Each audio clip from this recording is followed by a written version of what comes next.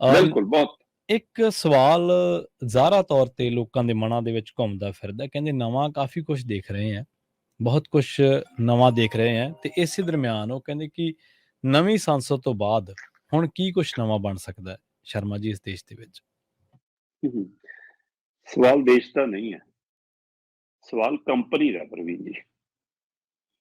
ਯਾਦ ਕਰੋ ਜਦੋਂ ਤੱਕ ਖੇਤੀ ਕਾਨੂੰਨ ਲਿਆਂਦੇ ਸੀ ਤਦ ਕਿਹਾ ਗਿਆ ਸੀ ਕਿ ਇਹਦੇ ਨਾਲ ਕਿਸਾਨਾਂ ਦਾ ਭਲਾ ਹੋਏਗਾ, ਕਿਸਾਨਾਂ ਲਈ ਆਹ ਕਾਨੂੰਨ ਇਸ ਤਰ੍ਹਾਂ ਸਹਾਈ ਹੋਏਗਾ। ਲਓ ਜੀ, ਖੁੱਲੀ ਮੰਡੀ ਬਣ ਜਾਣੀ ਹੈ ਉਹਦੇ ਲਈ, ਜੀ ਜਿੱਥੇ ਚਾਹੇ ਵੇਚ ਸਕਦਾ ਹੈ, ਜਿੱਥੇ ਜਾ ਕੇ ਵੇਚ ਸਕਦਾ ਹੈ, ਖੇਤ ਤੇ ਮੰਡੀ ਬਣਾ ਦੇਾਂਗੇ, ਜਿੰਨਾ ਮਰਜ਼ੀ ਸਟੋਰ ਕਰ ਸਕਦਾ ਹੈ।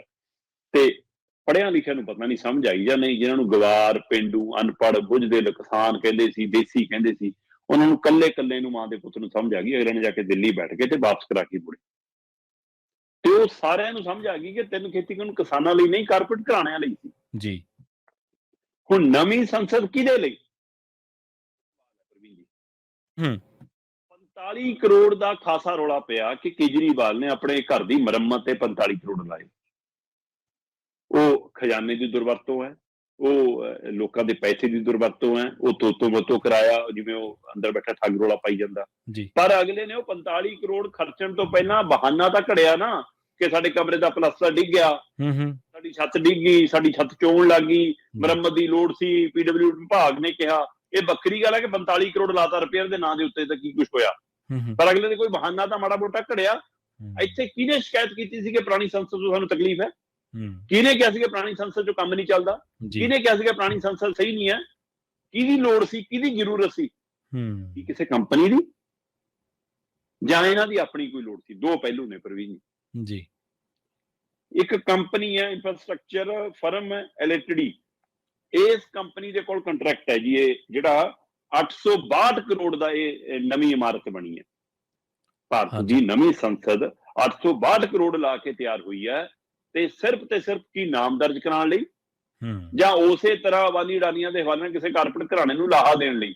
ਮੈਂ ਇਹ ਸਵਾਲ ਕਰ ਰਿਹਾ ਜੀ। ਸਵਾਲ ਇਸ ਲਈ ਹੈ ਕਿ 862 ਕਰੋੜ ਲਾ ਕੇ ਨਵੀਂ ਸੰਸਦ ਤਾਂ ਬਣਾ ਲਈ, ਪਰ ਮਾਮਲਾ ਇੱਥੇ ਨਹੀਂ ਰੁਕਣ ਵਾਲਾ। ਅਜੇ 1200 ਕਰੋੜ ਦੇ ਪ੍ਰੋਜੈਕਟ ਹੋਰ ਇਸੇ ਕੰਪਨੀ ਨੂੰ ਦਿੱਤੇ ਗਏ ਨੇ। ਠੀਕ ਹੈ। ਹਾਊਸ ਨਵਾਂ ਬਣੂਗਾ, ਮੰਤਰੀਆਂ ਦਾ ਸੈਕਟਰੀਏਟ ਨਵਾਂ ਬਣੂਗਾ, ਸੰਸਦ ਮੈਂਬਰਾਂ ਦੇ ਦਫ਼ਤਰ ਨਵੇਂ ਬਣਨਗੇ, ਉਹਨਾਂ ਦੇ ਅਮਲੇ ਫਾਲੇ ਸਾਰਾ ਕੁਝ, ਰਹਿਣ ਸਹਿਣ, ਮਿਊਜ਼ੀਅਮ, ਇਹ ਉਹ ਸਾਰਾ ਕੁਝ ਨਵਾਂ ਬਣੂਗਾ। ਹਲੋ 1199 ਕਰੋੜ ਦੇ ਵਿੱਚ ਨਵਾਂ PMO, ਸਕੱਤਰੇਤ ਹੈ, ਇੰਡੀਆ ਹਾਊਸ, ਰਾਸ਼ਟਰੀ ਸੁਰੱਖਿਆ ਪਰਿਸ਼ਦ ਦਾ ਦਫ਼ਤਰ, ਕਾਮਨ ਸੈਂਟਰਲ ਸੈਕਟਰੀਏਟ ਦੀਆਂ ਪਹਿਲੀਆਂ 3 ਇਮਾਰਤਾਂ, 3 ਭਵਨ, ਮਤਲਬ ਕਿ ਉੱਪਰ ਥੱਲੇ 3 ਮੰਜ਼ਿਲਾਂ, ਉਹਦੇ ਲਈ ਵੀ 3142 ਕਰੋੜ ਵੱਖਰਾ ਖਰਚਣਾ।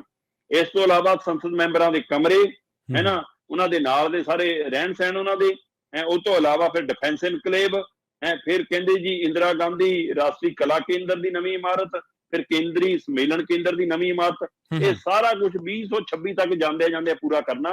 PMO ਹਾਊਸ ਤੋਂ ਲੈ ਕੇ ਕੈਬਨਿਟ ਸਕੱਤਰੇਤ ਤੱਕ, ਤੇ ਇਧਰ ਕਾਮਨ ਸੈਂਟਰ ਸੈਕਟਰੀਏਟ ਤੱਕ, ਇਧਰ ਸੰਸਦ ਮੈਂਬਰਾਂ ਦੇ ਕਮਰੇ ਤੱਕ, ਆਹ ਸਾਰਾ 1200 ਕਰੋੜ ਦਾ ਕਰੀਬ ਇੱਕ ਪ੍ਰੋਜੈਕਟ ਖੜਾ ਹੈ, 3142 ਕਰੋੜ ਦਾ ਇੱਕ ਪ੍ਰੋਜੈਕਟ ਖੜਾ, ਇੱਕੋ ਕੰਪਨੀ ਨੂੰ ਦਿੱਤਾ ਹੋਇਆ ਠੇਕਾ।